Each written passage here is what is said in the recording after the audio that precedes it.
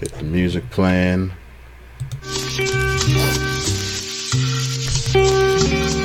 Where did you find this? Um, on my sound, I don't know, like I clicked through a bunch of links of stuff that I didn't entirely like until I found that. I'm like, that's fine.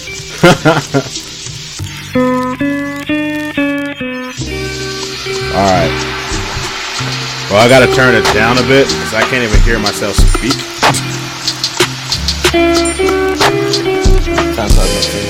SoundCloud is so strong. SoundCloud is so good. Alright, so welcome everybody again to another fun episode of Mind Games. Today we have one of the craziest people out here. He's not that crazy, but he is crazy with the stats for all Smash 4. With the analysis, we have Panda Global Suar. Suar, how you doing today, fam? Good. Really happy to be here. Really, thank you for the opportunity. Oh, it's our pleasure. It's our pleasure. So, Suar's not completely familiar with how we do anything with how we do things in the episode, so we're just gonna break that down for him just real quick. And just give you guys a daily reminder of what we do as well. So Mind Games is basically like, even though we have like try to have a fun time, we also try to get into the deep sides and everything, like from like how our mind perspective is as a gamer, from depression, how do we cope, or do we use video games as a coping mechanism, or how do we get into these type of communities that we're in, or like basically just any type of like mentality that you have towards the gaming and the gaming community as well. And so right now, I just want to kind of like dive into it, not into the super deep side or anything. I think Prem has also something he wants to ask, but so Suar, you're the man that does all the stats for a lot of the top players for the PGR and everything. I'm pretty sure like you guys have a whole team and stuff and everything for you. Do you mind jumping into like the type of like mindset that you have once you start going in and once you know when you're gonna like post up this the rankings for that season? Like, how was it when you did the first season as a better example? So a little bit about PG Stats and what we do. Obviously with the seasonal Smash 4 rankings, we got a lot of responsibility that we've built up over the years. In the beginning, we had Esam, who, as many of you may recognize, is a top Brawl player and a top Smash 4 player. He introduced our content on his channel by way of narrating it. And so the team had set up the graphics and the videos and everything having to do with the presentation. Obviously, we made the list and did all the calculations, but Esam kind of presented it out and, for better or worse, took a lot of the flack associated with the reactions. Back when the first Panda Global Rankings came out, people didn't really know what to say. They were surprised, they were angry, they were happy, they were confused. Nothing had been done like that before, and many people weren't sure if it would pass or not. But all of a sudden, a lot of esports publications and esports teams kind of gained wind of it, and it started to become this, norm within our culture. And it was quickly referred everywhere as the be-all end-all when it came to analyzing players, analyzing, the strengths and weaknesses of everybody. Fast forward that a couple seasons, we started to have our own videos. And, at first it was really tough because we would spend the whole season gathering all this data, crunching everything out, trying to make sure everything is fair, going through different sorts of calculation processes because Smash 4 is crazy, both in gameplay as well as results. I mean, we all know the upsets that occur, the crazy top 8s that come about. We all have that one tournament that, had a top 8 that nobody could guess, Civil War last year, Frostbite 2017 last year, top 8s that people just could not have guessed. So when it came time to presenting these, we'd get a lot of hate eventually, as well as praise. But as I started to learn really quickly, people that like things are less likely to say that they like things compared to people that do not. So in the beginning, if there was a typo, people would dogpile on that. In the beginning, if there was anything left out, people would dogpile on that. People really just cared about the list, didn't care about how it was made, and that kind of sullied the experience for a lot of us, especially me, because leading the team and all that, it's a good amount of people, about 9 people or so. And so I used to be very downtrodden, very like upset with the comments, because you try to like appease everybody, and all of a sudden like you're internalizing everything, so you don't really get to see the good sides when people do enjoy it, because like I said, they don't post it. But eventually I started to take what people would say and categorize it as just interest. And when people have a strong reaction against something, whether it's positive or negative, that shows interest, that shows that people care and people acknowledge you as a part of their reality. People don't react to Smashboard rankings. People don't react to any other community-made ranking that floats around on Reddit, on Twitter, because those don't carry weight in their minds. But when the PGR comes out, their favorite player not making it causes controversy. Their favorite player, topping the charts, cause for celebration. So I started to take what people would, what you'd classify as hate, and use it to just make things better. So taking in feedback, people would say, oh, I hate how the card looks when we put up the player cards. Well, what do you hate? I don't like the numbers that you're showing for their tournaments. Okay, well, how about we do this? And so we changed little by little. Long story short, it was a huge lesson in PR, in understanding presentation and understanding marketing. And we've learned a little bit each and every season, or a whole lot rather. But it definitely, in the beginning, it was hard. I definitely wanted to give up like multiple times. Like, it's not worth it. It's not, anything that I really want to associate with beyond, the first couple iterations, because it's just such a burden.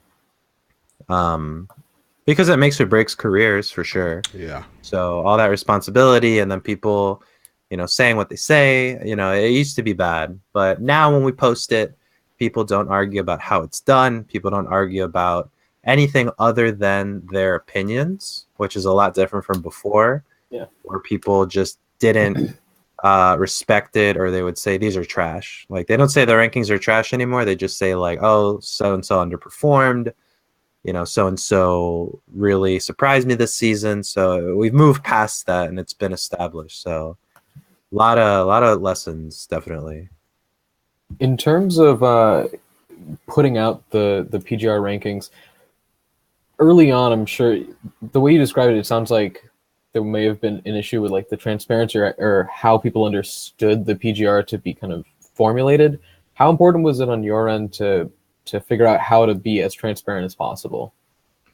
So in the beginning, transparency, and even now, has always been key. How we define transparency really depended on the level of access we wanted to give people. In the very beginning, things were a lot tougher to sort of present, only because we were learning how to present things. We never wanted to reveal, the algorithm to the point where people could just take it and then either truncate everything by spoiling the rankings or by making their own, and yada, yada, yada. So every season we publish the data. Every season we publish the methods. Transparency, I found, was just paramount to gaining any sort of trust, because if people couldn't understand how it was put together vaguely, then they'd reject it outright. About 5% of the community reads the FAQ and the methods section, but that's enough to, really topple any sort of integrity you're trying to establish if they become like a vocal minority. So definitely in the past, like, people would be miffed by something, throw accusations out, understandably so. We try to recover, we show, in detail what it is that we do and how we do it, and then they're satisfied. Because, they do have a right to criticize, but at the same time, there's a level of, because there's a presentation aspect, and this is more than just rankings, we do have to take care of a couple of the finer details when it comes to release and presentation, so that when we put it out, people aren't just like, all right, so here's the top 10. Right. Right. So a lot of it is like, we're doing a reveal, but everybody wants everything at once, and then you're at odd ends with that. And so I always tell people, just wait until the end, it'll make sense. Wait until the end, it'll make sense. But, you know, again, like for many people, this is just a hobby, or they check it out every once in a while, so they aren't as committed to really find out at the end. So if they can't make sense of it in that moment, then they'll dismiss it, like, you know, we all do with things that just don't make sense. And Let me add that. Like, to add on to all that, like, since I've been watching all this since like the first season, you know, with Sam narrating it. I think like D1 did it too one season before, and like again, since like my Super Smash discussion group on Facebook loves to post every results when you guys pump them out and everything. And it's always the same type of questions, like where's this person, or else they start like figuring out like which player they think is going to be put on here, or like when they're going to be throwing where do you think like this player is going to get ranked, or if he did well, if he underperformed, like how we've been talking and everything. So like I've seen the whole difference from how it was in the beginning to how it is now, like as a standpoint from when people used to just say like this is trash, this player's not on here, fuck this ranking and everything, and blah blah blah. Like I know I've given you guys like some shit before, because there'll be some times where I just don't agree with anything, but then like y'all know, like I will tell you what I didn't agree about. But like most important lesson is like a lot of people don't realize what they have until it's gone. So I'm pretty glad that you guys decided not like to throw in the towel when you felt like you just wanted, like when you thought it wasn't worth it or anything. Yeah, and it really just turned into being able to give the community language and being able to categorize results in a way that, you know, previous to the PGR, people would say, especially during Apex 2015, when everything was really new, everything was really crazy, Abadanga's playing Pac-Man, what is going on? And people would say, as Mr. R is walking up, they'd say arguably top 10 in the world.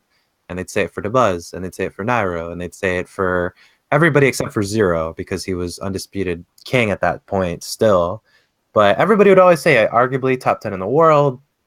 And that really doesn't allow for much of a storyline or any sort of narrative to be built, because it's all opaque, it's all ambiguous. But as they started to come in, as it started to come out, as there was a top 10, a top 20, a top 30, you know, when articles come out, every single article that's ever mentioned a Smasher from ESPN and that level, .esports, etc., they cite their ranking as the jump off. You know, when Tweet got signed to Phoenix 1, ESPN reported 13th in the world, according to the Panda Global Rankings, yada, yada, yada. That tells you, even if you don't know what Smash is, even if you don't know what Cloud is, you know that this person is 13th in the world at what they're doing.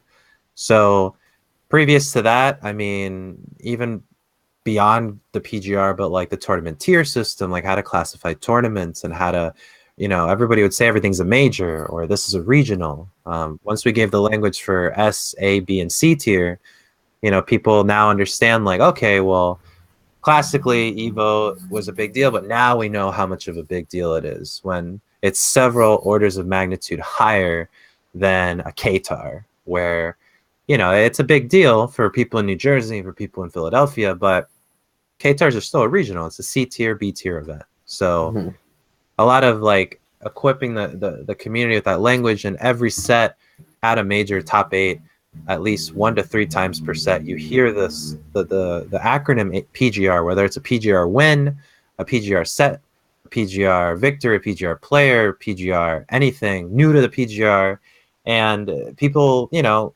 don't exactly. I guess when you stand back and look at it, it's like, wow, you know, if the only reason that, well, not the only, but like among many of the reasons where, you know, Anti got upset at Genesis 5 by the booth artist, Meister. I forgot what his name is. Yeah, Meister. He was unranked. He was virtually unranked, and Anti's highly ranked. And so just the jump off there, on top of him being a booth artist, on top of him not even being sponsored, that all adds to like how crazy the upset was. And so people now, really are keen on that stuff. If they're top 10, they have high expectations. And before, everything was just kind of muddled in. Like beyond the top 10, everybody was kind of top 20. So I think that's also like something people really don't get until the very end, but it's definitely present among everything. Yeah, absolutely. Especially like right now, like the one thing that irks me the most is when, since now that we have like these tiers for tournaments and everything because of the magnitude, and a lot of players, like a lot of people, if they don't like that said player that won, they'll look at it as like, oh, it was just like a B tier event. He won't do that well in the S tier. And I was like, he just played one of the best players in the world to get first place. Let him have his moment. Yeah, but it was still like a B tier. If it was an A or S tier, he probably would have got like not even top 8. I'm just like, you're idiots. But that's one of the gripes, like how it is, especially with the PGR being end all be all. How a lot of people feel about that, because once it gives you that established ranking, and people want to look at that in any type of article or type of source of media. Like, it's one of those true accomplishments, like a timestamp, like it's like a permanent record onto your whole repertoire that you're like, hey, I was once one of these best players in the world and everything. And that's one of the things that I really enjoy about it too, though. Yeah, me too. And people always like discredit. If it's not because it was a B tier, it was because it was Bayonetta, or because it was Cloud, or because it was Sheik, or because of the matchup, the stage, whatever. But one of the things too is, regarding results, being able to have things be in different tiers allows for a better understanding of how people do. I mean, last season, Esam had the title of like the C tier hunter, because that's a lot of what he went to, as well as B tiers, like a lot of regionals. He went to a ton of regionals, and he never topped an S tier. And people, really took that seriously, because when Esam started talking about his placing and stuff, people would kind of chime in and be like, I don't know, you've never topped an S tier. And there were like 9 last season. Yeah. And like, it became pretty evident, like if you're not in top 8 at those S tiers, like you don't have a shot at top 20, like even remotely. So it also gave a lot of, it is very much, the legacy of winning an Evo is for everybody. People still have that in their bios from years ago. But when it comes to the other things, like you can kind of weigh results a little better. Like, okay, like Zero might have gotten third, but again, like it happened at the smaller tournament, but let's see that person get, first again at a bigger event. Like that's where things start to really stack up. Mm-hmm. And so it's kind of a dual-edged sword, but I think it's got like a net positive effect. So one of the things that you mentioned about the jumping off points, where ESPN or .esports will say this person is 8th on the PGR. I've always wondered how Smash rankings, in the same way as the league rankings, for example, how they would differ if it was set up on an ELO rating. And I think that what you just mentioned is probably one of the best arguments I've heard for kind of avoiding just having a pure ELO-based ranking system where you can say this person is the best, or this person is, this number, rather than, oh, he has statistically, 2340 ELO. But even so, I kind of am curious, were there any considerations of using an ELO ranking system, early on in the PGR? Oh, of course. Since everything's automated now, there was a lot of different choices that we were shopping around with when it came to, how do we want to automate this to be as accurate as possible? And when you test ELO, when you test Glico 2, True Skill, all of those suffer from a lot of different symptoms that really are particular to Smash and fighting games as a whole. And that's double elimination, bracket system. So with those automated systems, it doesn't take into account,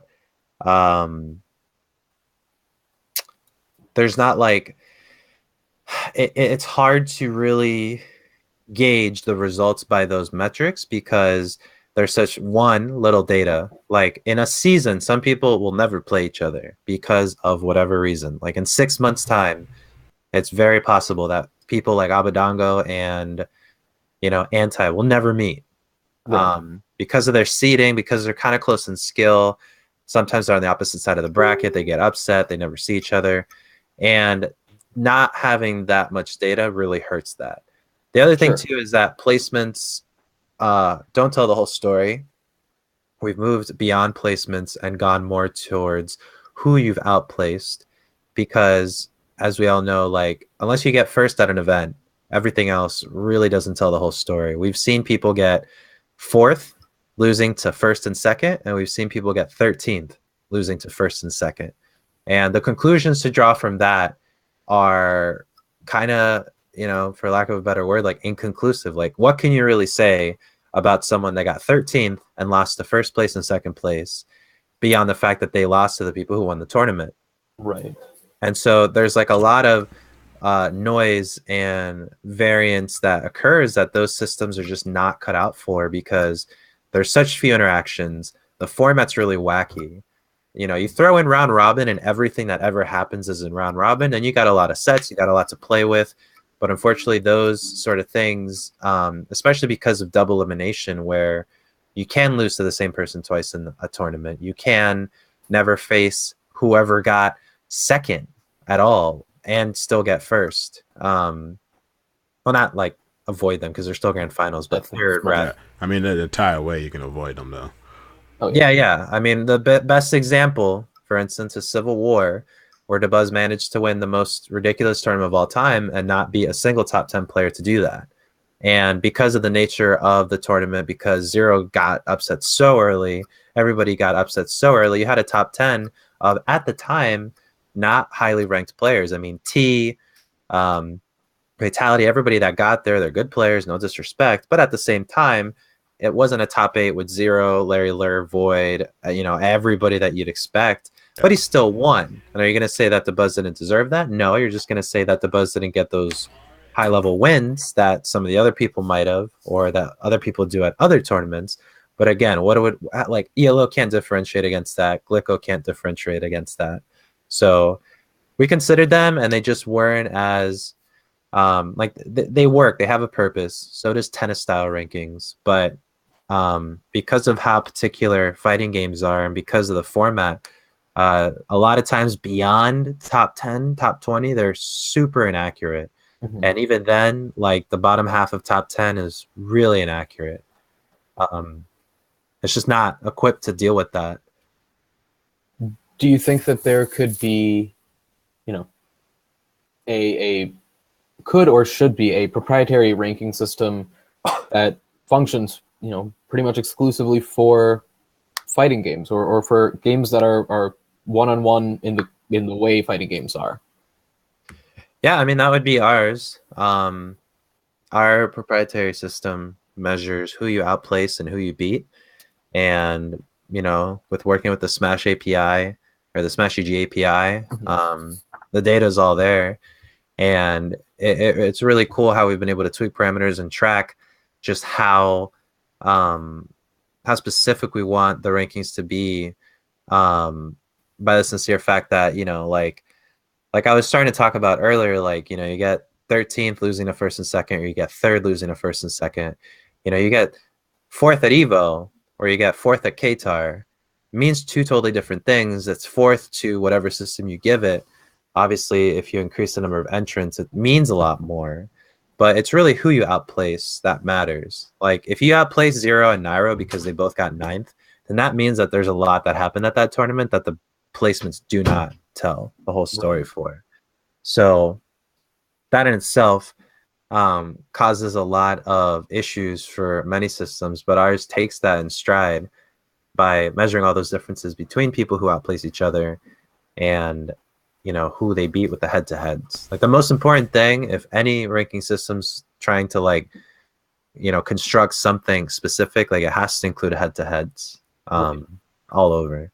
And the thing too is that because we were able to define tournament tiers, the head-to-heads vary in strength depending on where they happened. Like, yeah, it's a big deal if you beat Zero, and that's probably the best thing you can do at a C tier event if he happens to go. But if you beat Zero at an S tier, then you're all the more valued for it, and that reflects in your score. Before a win on Zero, like when you say you're 4-4 against Zero, people would just be like, oh, wow, okay, so that's pretty even. But if it's three of those sets happened at, or like, three of those sets happened at an S tier and one of them happened at a C tier, and it's really like 3.25, 3.5 to 4. But, that's really when you dive deep into the math for it. And, people consider like 6-6 to be a big deal, especially when you have people like Larry and Void that have those sorts of like high reoccurring sets because they play all the time in SoCal or whatever. But 6-6 is almost not that much different from like 1-2, because at that point, like, you've traded so many sets, you're even once again. It's only those crazy differences like 4-0 or 5-1 where you start to see like, okay, this person is really pulling ahead. But if people are dead even or 1-1, then there's not really a lot to draw from that. So, and I'm sorry to just kind of bombard you with these statistics questions, but like at a higher number of head-to-heads, is there a point at which the, I guess, usefulness of added sets is diminished? There is like a little bit of a law of diminishing returns. It really just turns into the expected value that you have against the other person that just starts to teeter off, because the whole reason upsets are what they are is because I'm going to go against Zero. He has a near 100% chance or expected win rate against me. But if I win, then that huge gap between us all of a sudden turns into my favor, and then negatively impacts him that much more. That's like anytime anyone beats Zero, essentially their career started. But for everybody else, like Ally and Kuma Kiri, it might be like 55-45. Even after they have like 6-6 or 5-5 in sets, like they're still rather close. And if it's an ally's favor and he wins, then everything remains the status quo. But if Komurkir upsets him, then it's a little bit, in his favor more so than ally just winning that. But that turns into really like, because in top 8, like no one really says like there's upsets aside from like the, grand finals or something really, really crazy. But by then everybody expects to trade sets with each other. But clearly there's some people that are demons to other people, some people that always beat certain player types and certain characters. So, upsets turn into a subjective sort of discussion, but there can definitely be an objective way of defining an upset. And winning more sets between someone else doesn't really help or negate that. It just adds on more to kind of like process. Cool. And like speaking online on that too, like like if you pretty much like if you're beating like any of the top 8s and you were just not even on the rankings at all, like Cosmos for example and everything, that kind of like just helps skyrockets any type of scout esports scouts there out there that were looking for like some new fresh blood and everything. Like Cosmos, like he used to debut at Big House 7 where he beat Salem and Zero all at the same tournament in the bracket, and then get in the top 8. Like that was one of the examples. Lotai knocking out Zero, putting him in what? It was 49th, right? Yeah. At Civil War? I thought Zero exited at 65th. Yeah, I was gonna 65th? say Ally was out of, yeah. Who was 49? 49. Okay, yeah, okay. And Zero was out at Ally was 65th. 49. Yeah, so yeah, it was sick. Yeah, so like a lot of those, like you see like a lot of those big booms, and it always feels like whenever that happens, like a lot of wave of support goes towards those players, and then it kind of like fizzles out. I mean, like Cosmo's case, it really hasn't that much. Like he's still like a very, very tough contender. No, nothing against Lotai too, because I know that Lotai's still really good, but I'm still seeing like just that more consistent base with Cosmos after like his whole performance and everything, and then even afterwards he was still performing to those type of expectation levels that you would expect for someone who just beat like Zero or Salem and all that too. But it's more like the the whole stats and everything was like I liked when Prem was giving me all of those questions because they were like giving me. I was really interested in everything you were saying and stuff and everything because it gives me a better insight and stuff and too. And so we got like a few more questions going in with stats too. So we were just saying like, what is the best way to use statistics to improve the community and competition therein? In what sense? Like in coverage or in local PRs? Like, what do you mean? Yeah, more in like more in coverage. I want to kind of like doing the local PRs, but local PRs is just like I think everyone actually like really have figured that out by now for their own regions and stuff. But more about coverage and helping us grow and bringing like more light to the community too.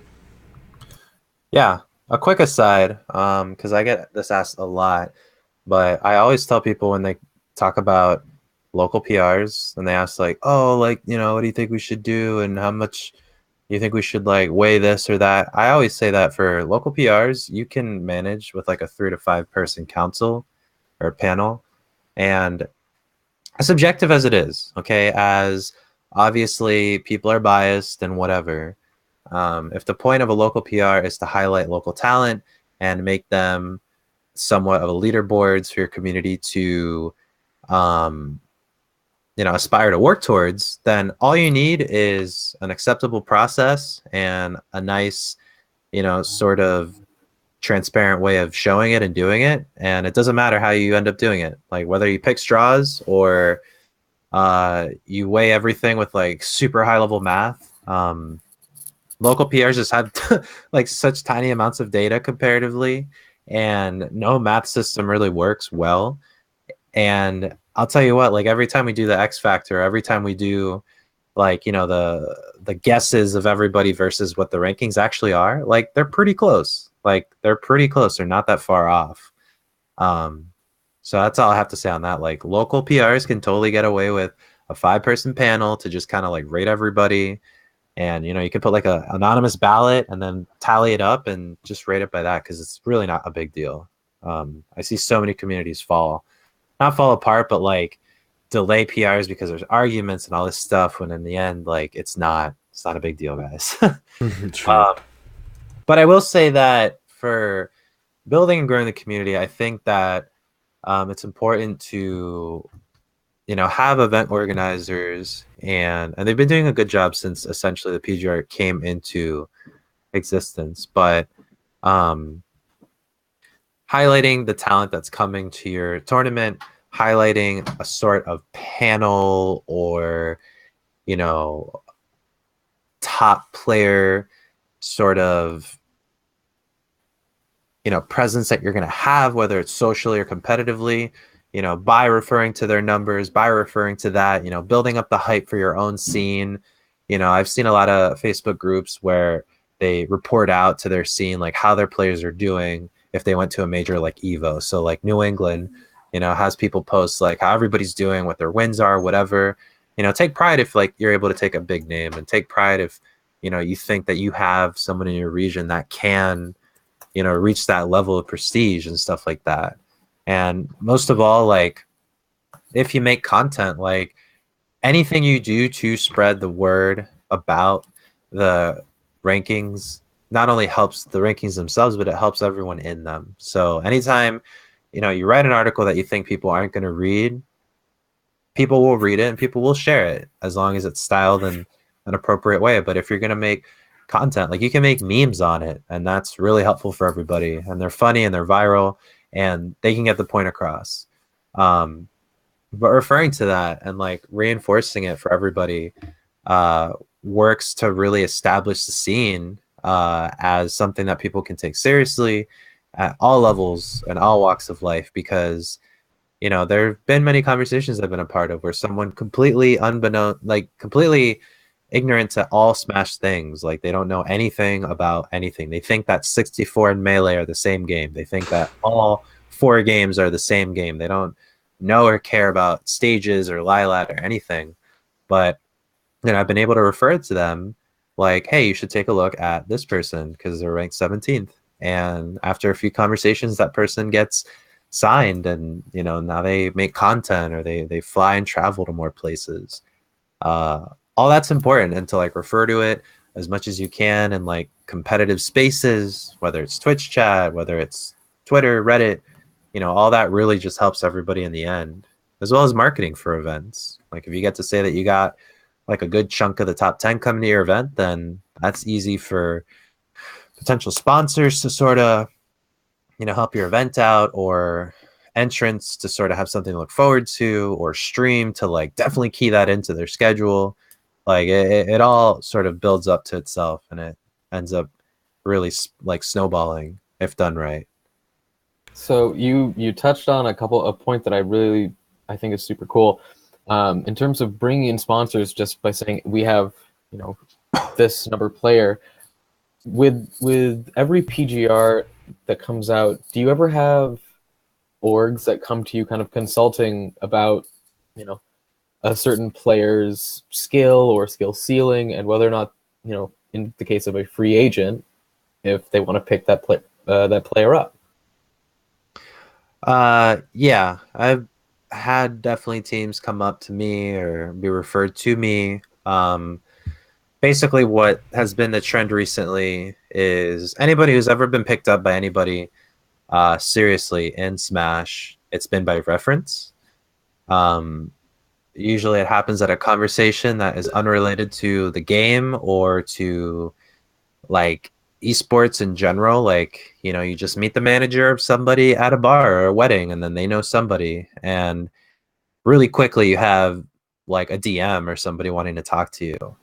The bigger teams that pay attention to Twitter or even Reddit, like they seek it out, and they will go down like a laundry list and contact everybody or see what's up, or they'll just ask somebody to curate some picks and be like, hey, can you let me know who is in Smash right now that's worth picking up? And they'll go, they'll ask me, they'll ask the list, or refer to the list rather, and get that going. But what really happened last season was we put out the announcement that, hey, if you're in the talks with the team currently and you can provide documentation, then we'll vet for you and provide your rankings so that you can get that negotiation going. Because a lot of teams, PGR gets like a pretty good amount of engagements and impression every time it comes out twice a year. And if you're able to wrap out an announcement that you picked somebody up into the announcement of their ranking, then you get a double whammy, and it's good for business for everybody. So we were able to help certain players who wanted to either re-sign at a higher rate or just stay in general by showing their sponsor, their team, that they're progressing in the rankings or that they've made it for the first time, as well as people who were in the middle of offers, but they wanted some assurance as to what it is they were getting into. And there's no better way to do that than having the PGR. Yeah, like showing the ranking system. It's basically like, you're asking your mom for like a new console, but grades still haven't come out, so you got to bring that report card with straight A's. If you can get that report card, kind of like in the mail pretty quick and get that going, then you'll be better for it, and your mom will help you out. But if you have no way to really show that and you're waiting until the end of the quarter, then they're not really motivated to do much outside of something that doesn't take away from them either monetarily or resources or whatever. So that's kind of what we shifted to, helping players out, because a lot of times players are just the conduits to those teams, and teams like have so much going on, like Smash and FGC in general, is sometimes not even on their radar. And if they have extra money, they'll dive into it, and they immediately just come to this and make a decision. But, I'll be real, like many teams don't, it's not that they don't care, but for teams, like everything's a transaction and everything's an investment, and what they choose to invest in and the returns that they expect are based on projections and predictions that are made based on the market that they're trying to break into. And they don't care about, being blunt, like they don't care about like the personality or, any of the soft, mushy stuff that's incorporated with like rising up to the top. They want results. So like you're winning or you're getting high engagements. And so whether you're doing that by preaching that Lilat is beautiful, or you do that by, winning the last 2 Evos or something. Like it's gotta happen by some way. So for many people that are interested in Smash, like they don't know about matchups, they don't know about who's the best, like character wise. They'll hear maybe like Bayonetta here and there, but they don't really know what that means. Right. They just need a return for whatever it is that they're gonna drop in. All right, Bram, you got more questions? I have in terms of PG stats, kind of going back to building a proprietary system that works across games, has PG stats kind of ever delved into or been asked to do a PR on a regional, national level for a different game?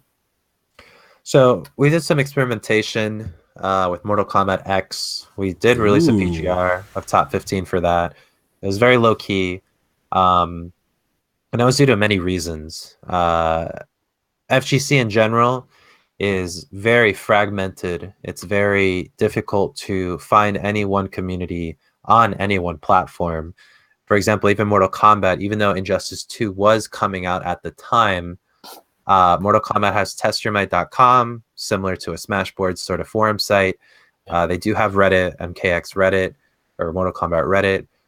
They do have Twitter, but compared to Smash, the centralization to Twitter and even to some extent Discord is just not as high in the other games. Smash, for some reason, has the highest Twitter interactions and engagements, whether they're positive or negative, of any of the FGC, apart from Street Fighter. And even then, most of Street Fighter is in Japanese at the high level. With Mortal Kombat, it was kind of hard to release something because it was hard to target all the different platforms. Right. And you kind of get like all these different parts and not one good, like big, sort of center platform. Like you're trying to find that one spot to strike gold and everything, and it's just not doing it for you. Yeah, and it's different communities too, and like they're less active on social media, and they also have like lower numbers. I mean, the biggest Mortal Kombat X tournament we even considered in the rankings was like Evo. It was like 500 people, and like we get crazy numbers all the time, and we don't even realize it. Even in this so-called dry period that we have right now, like people still get large amounts of entrants compared to any other game. Right. Obviously last year and the year before it was different because the game was new, but all set aside, we did just get commissioned and we're in the Smash Masters League. It was recently announced, but it hasn't been like super announced, so I guess it makes sense that many people haven't heard about it. But we created a point system for them that takes into account all the different stuff that they're going to do. Not really spoiling much, but they're doing more than just like the events that they're hosting at the big venues. They're going to incorporate other events that they've mentioned before, like other nationals, like CEO and legacy events as part of the league. But what they haven't really revealed yet is how they're going to work locally. And there's a lot of surprises there. And you can kind of put 2 and 2 together, but we created a system that can take into account some local results so that by the end of it, you can actually participate in the league without, even going to like the really big events. So they commissioned like us to China, for example. Yeah. There's like Pokemon VGC and Magic the Gathering and all those other established with publisher relations type games that you can like compete at some like gathering or some like comic book shop and like win enough events to get an invite to Worlds. And so we helped them develop that. And after a lot of the flack that the 2GGC got last year because of how the circuiting points sort of worked, 1 being over centralized to SoCal, 2 being largely disproportionate because of how the events turned out, like T and like T got into the finals because of a Civil War run, and you had Wadi kind of bump out Mr. R because of one event, even though he collectively had more result points. But the system was made very basic. It was kind of like no more better than a Mario Kart, 4-race circuit where first place gets 30 points, second gets 24, and so on and so forth. But when you really want to look at like different results across various levels, across various regions, you need a lot more of an kind of like a hardier system. So they commissioned us for that, and I think that's kind of this year's going to be the beginning of a lot of different collaborations and side projects. We were approached by this one gaming company that wanted to have PGR of their own. Without going too much into it, we didn't have terms that we found agreeable on both sides. So it was kind of like, just with all due respect, like just dropped for both sides. But it kind of showed like, okay, we can apply this to other games, to other scenes. And so that was really cool. And I think we're seeing the moves to make elsewhere because for all intents and purposes with Smash 4, we've had a lot of good feedback and good reactions. It's just more so like refining and growing elsewhere so that we can keep doing what we're doing here. And I'm definitely looking forward to all of that for the Smash Masters and stuff. And once we figure out like how they're incorporating the locals, might pull out a bunch of people who retired and everything and who think they can like come back in, like squeeze through or something. So I don't know how much time we have with you left because I know you said you had to be somewhere soon. Or until like 8:30 or something like that. I don't know what time zone we are. You're in Pacific, right? No, I'm in Eastern. No. Oh God. Okay, so yeah, we're gonna have like half an hour for you. So so we got most of this episodes has been about stats. We're gonna dive in to more like the personal areas, especially with doing with the PGR stats and all of that. So, like, at any time, have you, like, personally struggled with, like, depression, anger, frustration, or anything going, like, towards the stats in any of the seasons?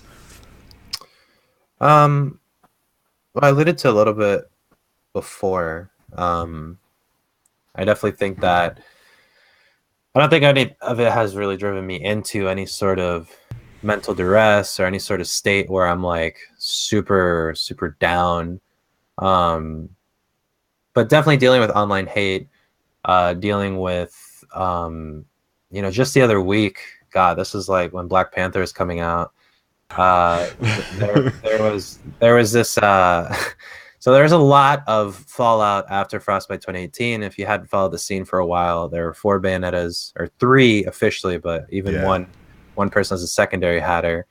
3 Bayonettas in top 8 at one of the biggest attended events this year, if not of all time, for Smash 4 exclusive.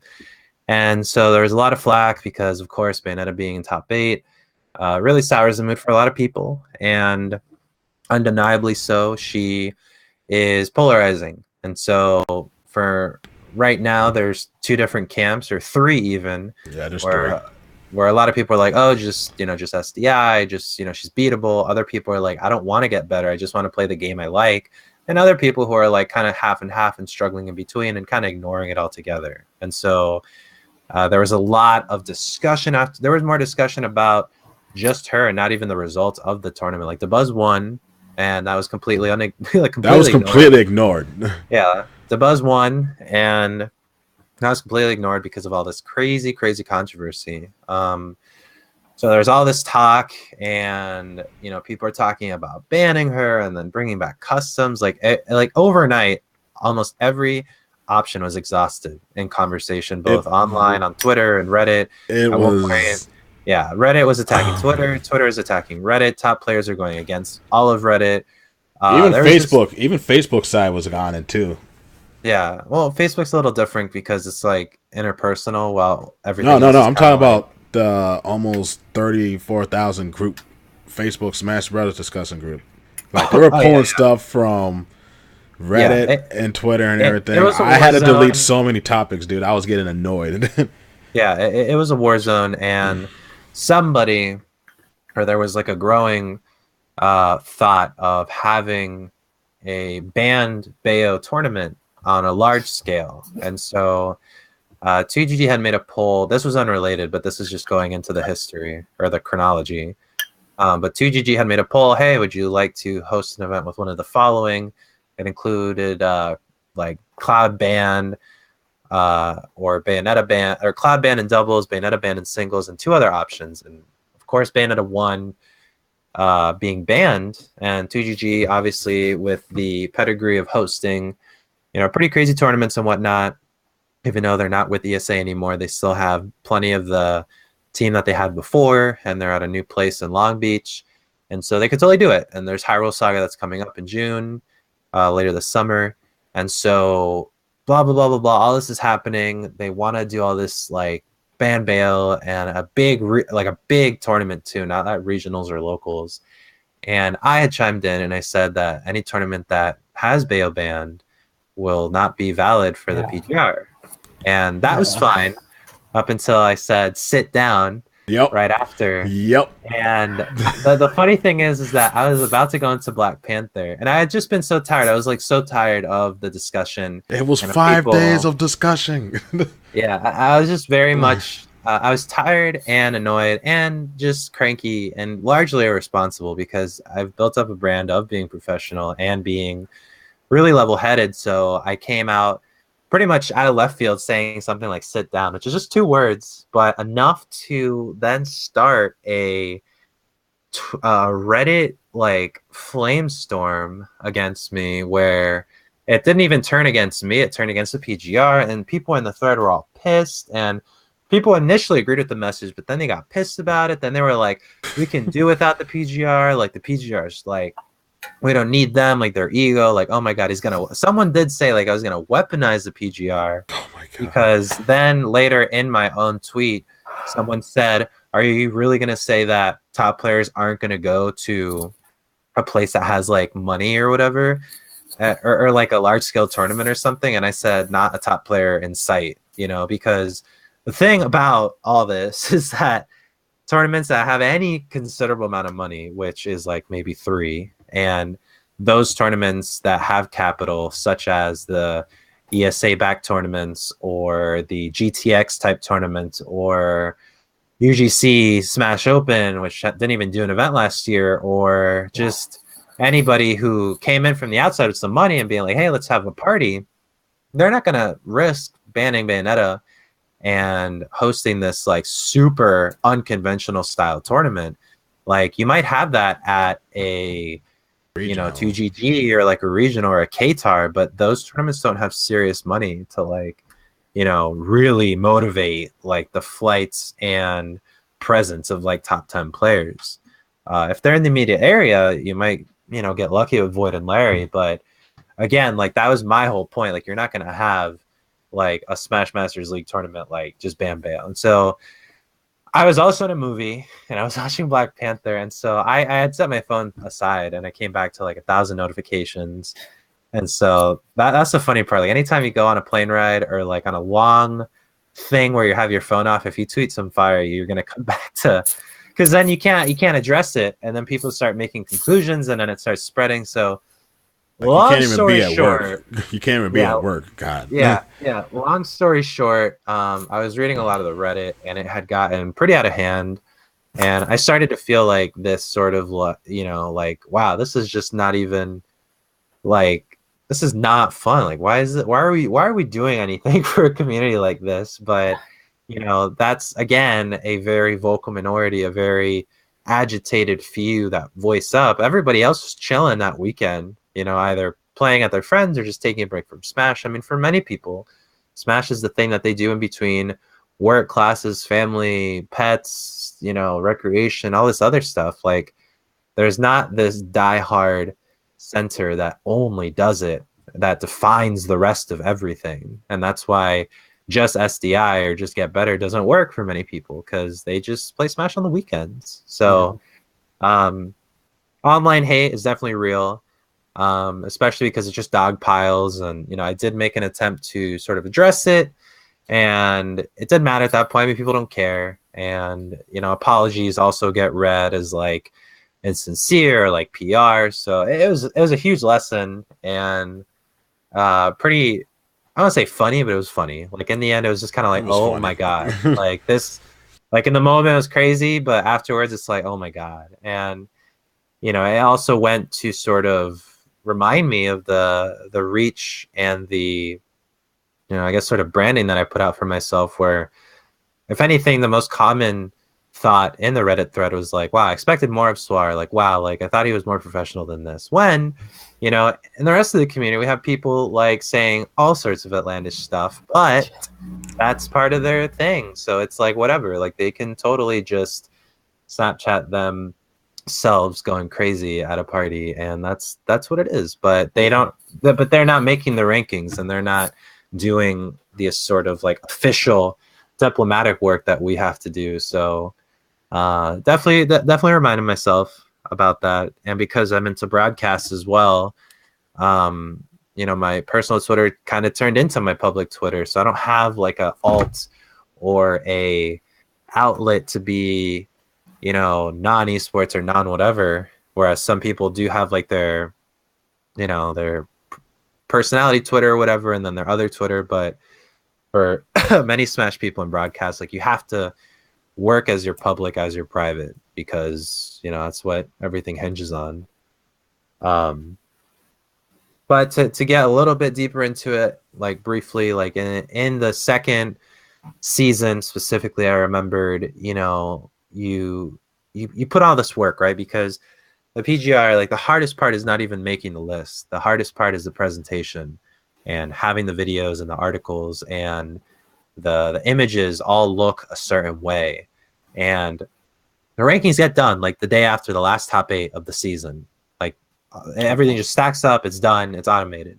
But when people consider the player cards, where you have to have their first and last name, their tag, their region, their nationality, their main, their secondary, the tournaments they won or got top 8 or whatever at, their placements rather, their head-to-heads, their percentage of the head-to-heads, their highlight clip, like it all starts to become like this insane amount of information. Like just for one PGR video of like 10 players, there's probably 1,000 bits of information just on the spreadsheet that the editor works with.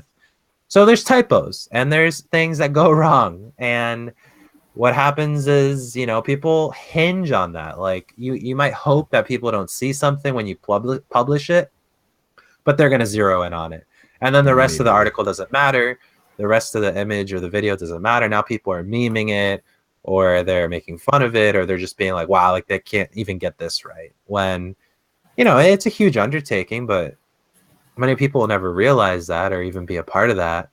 So I definitely got down, like, you do all this work and you put it out, and then in the title, like "the" is misspelled, and you're like, "Oh my God, how did I let that happen?" But it is your fault, and at the same time, like we're working under resourced. Like we have the New York Times and like Vogue magazine with typos, like huge publishing firms with typo. But the internet is what it is, and it's got like that crazy hive mind, and so understanding the hive mind and being able to work with it, and understanding that people, they just react. They just say whatever. Like if something looks funny, they'll say it. If something looks fine, they might not. And if they do, then that's nice, but it's pretty rare. So it definitely got me down. I was like, oh man, this is so, there's no like, I don't want to say there's no goodness out of making the PGR that comes out of it, but like the gratification that comes from making the PGR doesn't come until much later. Right. When it's put out, you're really just throwing a show and letting people digest it and letting it change sort of the landscape of everything, and then seeing how that net change really affects everything, you kind of gain satisfaction from that. So I've never I like more recently, as I became more public, like people would be like, oh my God, Suar, like in the team, thanks for doing what you do. Every now and then I'll get a DM saying like, we really appreciate what you do, I really like how you take time in this or that. But that never happens in the moment as much as you would want it to. As much as you would love it to happen in the moment. Oh, yeah. But, again, it's like when I sit back and I see like, wow, like we really defined like 50 like timelines a season And there's a bunch of overlap because a lot of people get re-ranked, but you know, for everybody that's been on the PGR, like their life has changed in some fashion. And it's not that we are owners of all that credit, but like we're definitely a component of it, and it's cool to see that over time. You know, like Zero, I talked to him like a bunch in a lot of them because you know I'd consult him for like what was fair, and I think that in designing the PGR, the biggest thing we did is that we talked to people. So we would talk to TOs and be like, you know, what do you feel about having the cutoffs or tournament tiers be this, and that? You know, we talk to top players and say, you know, we're going to consider your best 6 results and then taper it off after that. You know, and a lot of people were like, yeah, that makes sense because while Zero can go to like 25 tournaments a season, players like Nairo only go to 2 a month because they have to balance streaming. And so to keep the PGR from becoming an attendance record, you start to like not water down certain results, but you just have to, you know, essentially have like a little bit of like a maximum. So talking to players, talking to TOs, talking to teams, you know, like talking to the public, like how does this look? You know, putting out feedback forms. That really helped us in the end gain that respect. And I see now more than ever, anytime we do make like a huge blunder, which isn't that often, but anytime we do something and it doesn't look right to somebody, there's a comment that follows that says, you know, we got to trust them. Like in the past, they haven't like, you know, deceived us. So this is probably a typo, or this is probably just going to be revealed later. Or, you know, this, we're probably not looking at this the right way. Because, you know, if you've been there from the beginning, you see the developments, you see all the news, all the different changes we make. But if you hopped in the middle of your sophomore year in college and then hop back out and then you're back in your senior year and all of a sudden Zero's retired and all this other different stuff is happening and you don't know how we do things anymore, then, you know, you're going to say some stuff that's not exactly, you know, on par with things, but who can really blame you? So, Right. Long story short, just like listening and not taking everything to heart because you really can't. And that's the sort of stuff I've learned. I have a real. You lose him. Oh, he said I have a really, and then Yeah, I heard rare, and we lost him. All right, let's wait for him to come back, guys. Let's just wait. Unless he messages me on Facebook or something that his whole thing that crashed or something. Hold on. guys are connecting. Yep. He's dead. Oh, okay. Okay. He's back. All right, he's back. I could hear you too. In any case, with Zero taking the year off, are you going to be consulting Zero more this year in terms of kind of building? Oh, he's kind of gone. The PGI. I want to kind of finish that question for him. Yeah, I think he was kind of going with, you know, keeping. You back again? I'm back. that was me. I accidentally hit back on my browser. So Zero, yeah, you're saying? Do you think you're going to be consulting Zero a little bit more this year for the PGR with him just taking the year off? Not particularly. You know, because the thing is that Zero is like one data point among many when it came to asking about stuff. I mean, I talked to Mr. R, talk a lot to DeBuzz, talk to Nairo, talk to Nairo's brother, talk to high-level players to mid-levels players as well. Like, how does this look? You know, a lot of times I'll just be like, how does this look? No one ever get the reaction. But we've come at a point now where like it's a pretty well-oiled machine. Everything's just tweaks at this point. We don't make any sweeping sort of things anymore to kind of like necessitate or kind of like huge, you know, consultation. But you know, I'll probably talk to Zero every now and then to see, you know, what he thinks. I think the biggest thing right now is that a lot of top players in the community in general, I think this PGR season, you know, combined with the drama, combined with the sort of lack of events, because of course it's a weird time in general, like it's school starting, seasons are changing, all this other stuff. Summer Smash is still like the biggest party ever. And people are so used to last year being like a fix every 2 seconds. Yeah. I think a lot of people won't treat this season as valid. I think they'll, and even top players themselves, like not even to like diss us or anything, but I think a lot of people was like, well, if you didn't win with 0 here, like, did you really get first? Yeah. And it's gonna happen regardless, even if they don't say it. Like, other people are gonna say it. It's like at your weekly. Like, if you don't win with the best person there, like, did you really win? Right. And the problem with is that he's not coming, to compete again. So it's like that's the new norm, but people can't shake that off. And like Leo's really ahead, and then Salem's clawing in, and then the Buzz is there, and then Nairo this. People always use 0 as like that guidance, like to sort of see what was up, and top 8s are suffering as well because, for the most part, like all these players are great and grand, and like seeing them do how they do is always a spectacle. But really, your perfect top 8 formula back in the day was having a Japanese player on winner side, having 0 on loser side, and not winning the tournament, at best getting 3rd, and having Nairo and Void or Mr. R, and like, the only Bayonetta people would allow would be like Tweaker, Salem, and those 5 in itself like would make the most godlike top 8 formulas, because if 0 was like on the cusp of getting eliminated, everybody would tune in to watch that. Yep.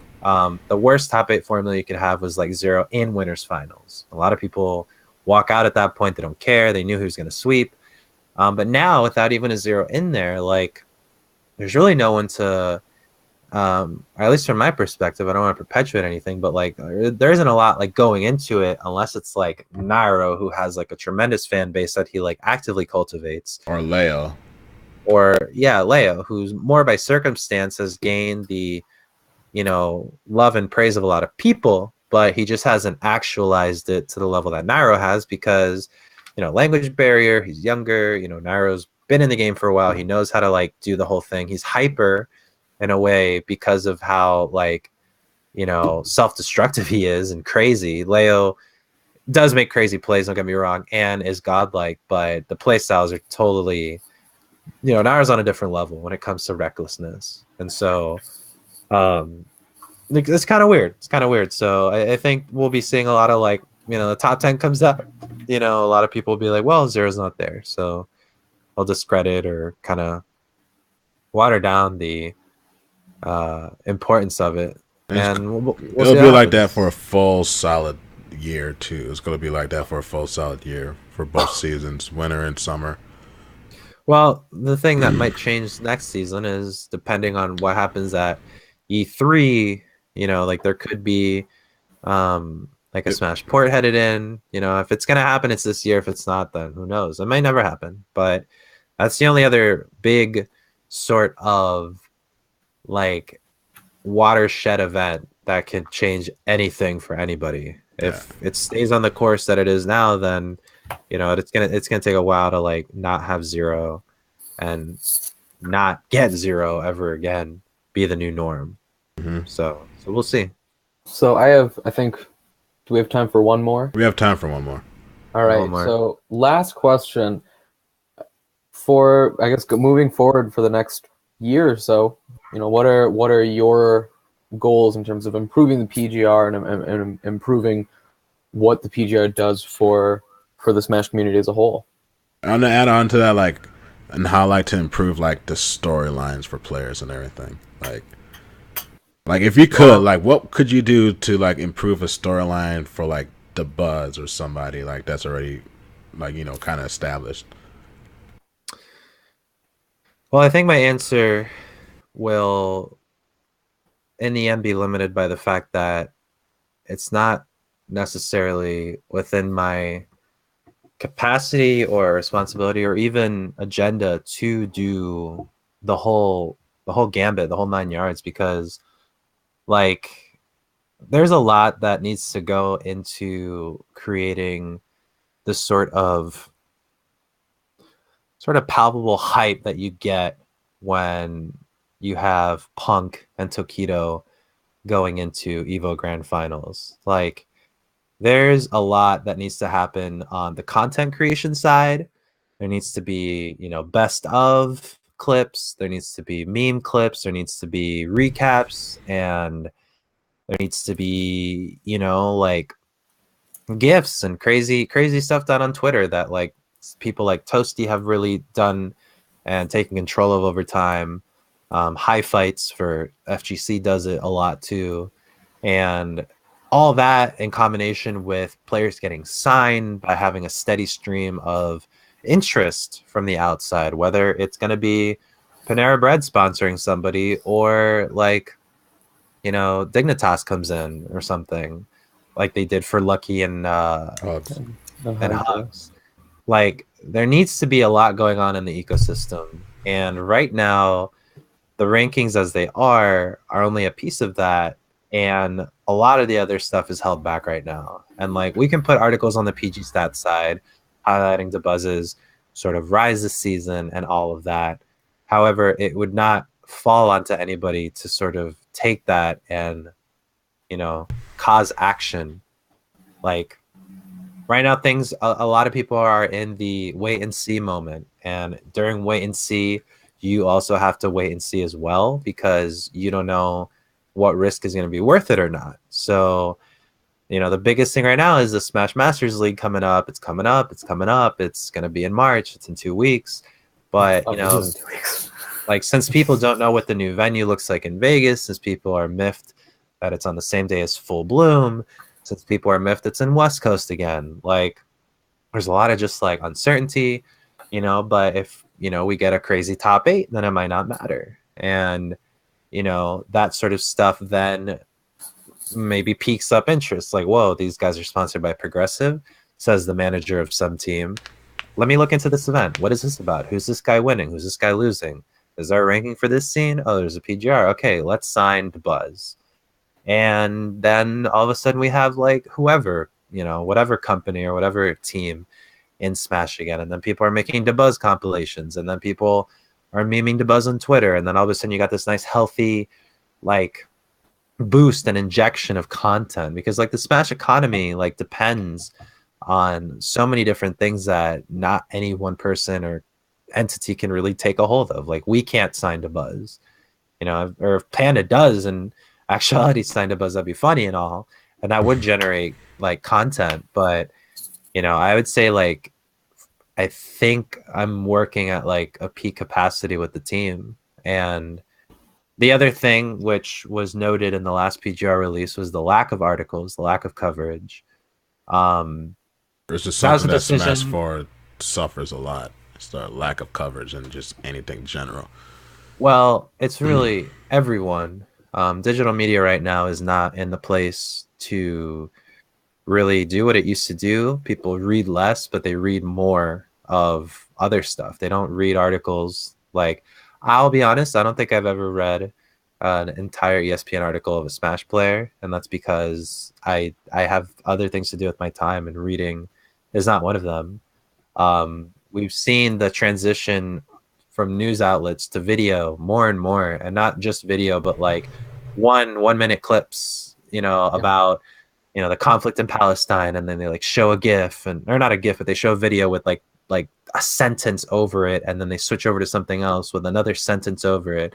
You know, 20 deaths in this latest conflict, and then it switches, and then something else, and then it was just 1 minute from Al Jazeera. Like those, and, you mean like those this now kind of videos? Yeah, exactly. It's switched more to that. That gets the sharing. That gets all that. If that was in an article, no one's gonna read that. And it's what it's become. Esports closed down.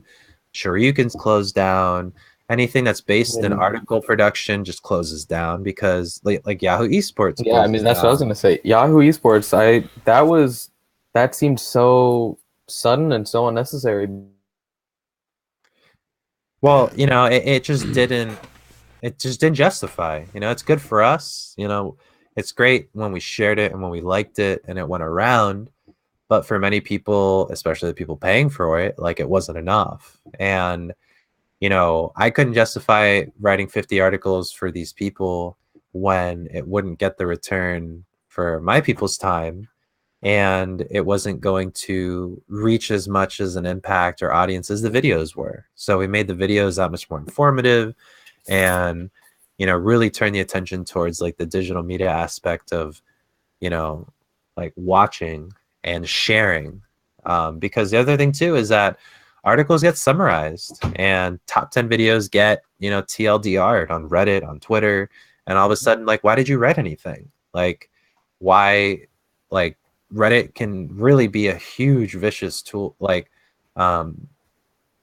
countering force to articles. So it really hurts, and it's a multifaceted problem. But like I said, like, the Smash economy depends on different factors, just like regular regional economies, whether it's like manufacturing and agriculture, combined with like education and the different utility departments that are working within a city. Like, all those things need to be pumping workers, and different capital needs to be pouring in. And like, I think for what I would do like this year is continue on providing that content on our side, and assuring certain partnerships and certain collaborations that we can get by talking and working with other people through our brand.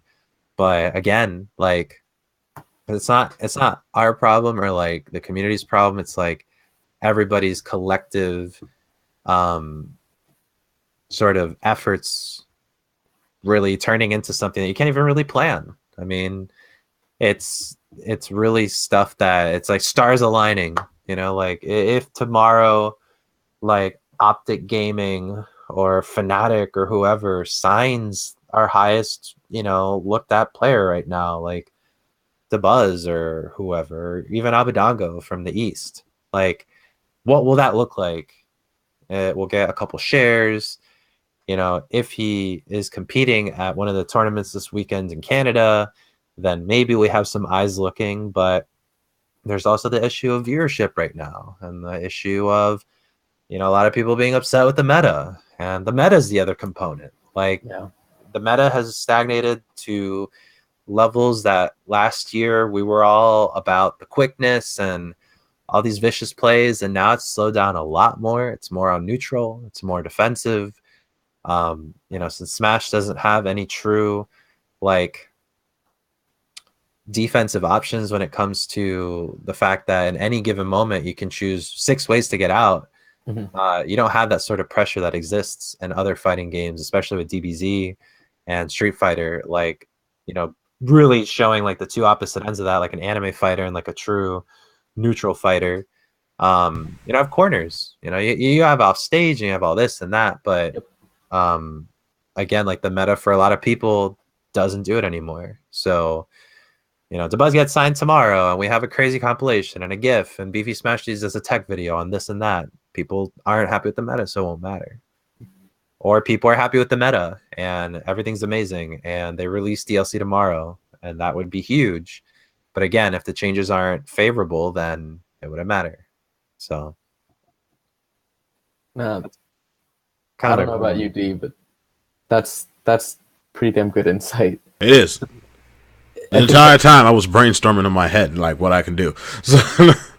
So I'd say do your best, and I'd say like it is important to not leave it up to chance necessarily, but also understanding that there's gonna be times where like your best efforts won't matter, and it's not to be negative or to be fatalist or anything like that, or to discourage people from trying. But you have to kind of look systemically like what's going on before you really try to do that stuff, because I'd look at it as like a garden bed, and like right now, like, there's just no sun. So if you're throwing seeds at night and putting all this crazy good topsoil and all this fertilizer, if there's no sun, it's not going to matter. You water everything, you overwater, underwater, it won't matter. There's no sun.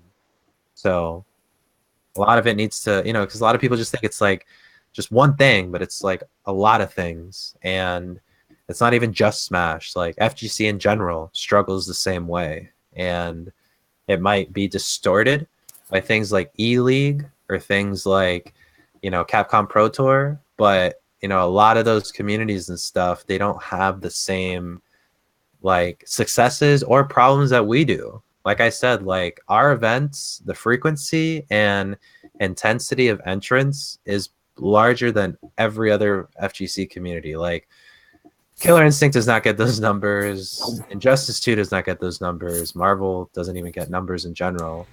And everything else, like, you know, DBZ is starting to now be this new thing, and we'll see how that goes because it has such an appealing IP. But again, like, who are your DBZ people? Well, your anime fighter people. So, you know, you do have Sonic Fox and Chris G getting in. But again, like Street Fighter, like the local scene isn't as crazy as Smash 4. Right. It's very different. And there's also peripherals involved.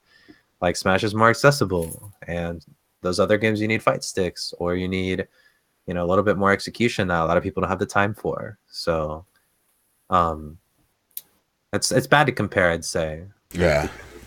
It always kind of leave you like it's not the same thing, it's not the same scope. It's just both of them are video games, but you know, they have way different things to worry about, just like we do. Okay, well, unfortunately, that is all of the time that we have for today. This has been a really great, insightful episode in terms of the Smash community, the meta, all of that.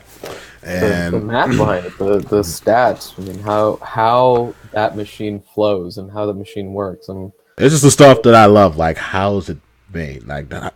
Like how? Like, you know those TV shows. Like, how's it made? This was literally how it felt for me and everything. In podcast form. I loved it. I loved everything about it. But we got to end this up because I know that Suar, you have something to do around this time. So for any final adbets, let's drop off any shout outs that you want to give, Suar, to any sponsors or people out there right now. Yeah, I mean, the team's really great. I'd say that Practical Task, I talk to him like every day and he's helped me a lot. Also to style things. Zan, Dom, Jetty, Giant, Spike, really great people. Poppy as well, Mayday. We all have fun making it and doing it. You know, my mentor Alan, who co-owns Panda Global with David. Alan's really just taken me under his wing and taught me a lot about the leadership aspect and how to shape and form things, because I didn't know how to do any of this at first, but you know, he really guided me through a lot of it, and he didn't just give me all the answers. He really just posed questions and helped me see like my own strengths through that. So always much love to Alan and basically everybody else in the Smash community that has ever had a reaction to the PGR, because like I said before, when people acknowledge you either positive or negatively, that you exist to them. So it's just really important to take whatever it is that they're saying and incorporate it into your next move. Otherwise, you know, you might not get anything. Like, we didn't know when we first heard the PGR if like it'd be an ESAM video with like, you know, 2,000 views and then that was it. Like, we didn't know. Like, we didn't know. Like, it could have easily been. The second one could have been like that, you know, without ESAM. But it became the thing. So you really never know. And as long as like you put your best efforts forward and you have your intentions very clear, then you can't really go wrong. So really like the Smash community for that. Really appreciate them. They're crazy, but they're super responsive. They're crazy, but they're our family and everything. Hell Good, yeah. bad, worse. We love y'all to the bottom of our hearts. That's all it is for the Smash. You all know how I feel. I don't think a lot of people know how I feel about the Smash community anymore. But if you don't know, I love y'all. Love y'all completely. All right. But that is all that we have for today, for tonight's episode. Once again, Panda Global Suar, thank you for being our special guest for Mind Games episode tonight and everything. I'm your host, The Disciple, with Asdarian. Yep. And we are going to be signing off. Thank you guys. Make sure next week. Who do we got next week, Brian? We got Justin Weisberg. He'll be talking about business development in gaming, and he has actually another really great story about, you know, how he overcame a lot to build a pretty successful company in Long Beach, I think. So make sure you guys tune in for that next week. Once again, we're signing off. See you later, everybody. Peace. Thanks again. All right. Peace. See you, Suar.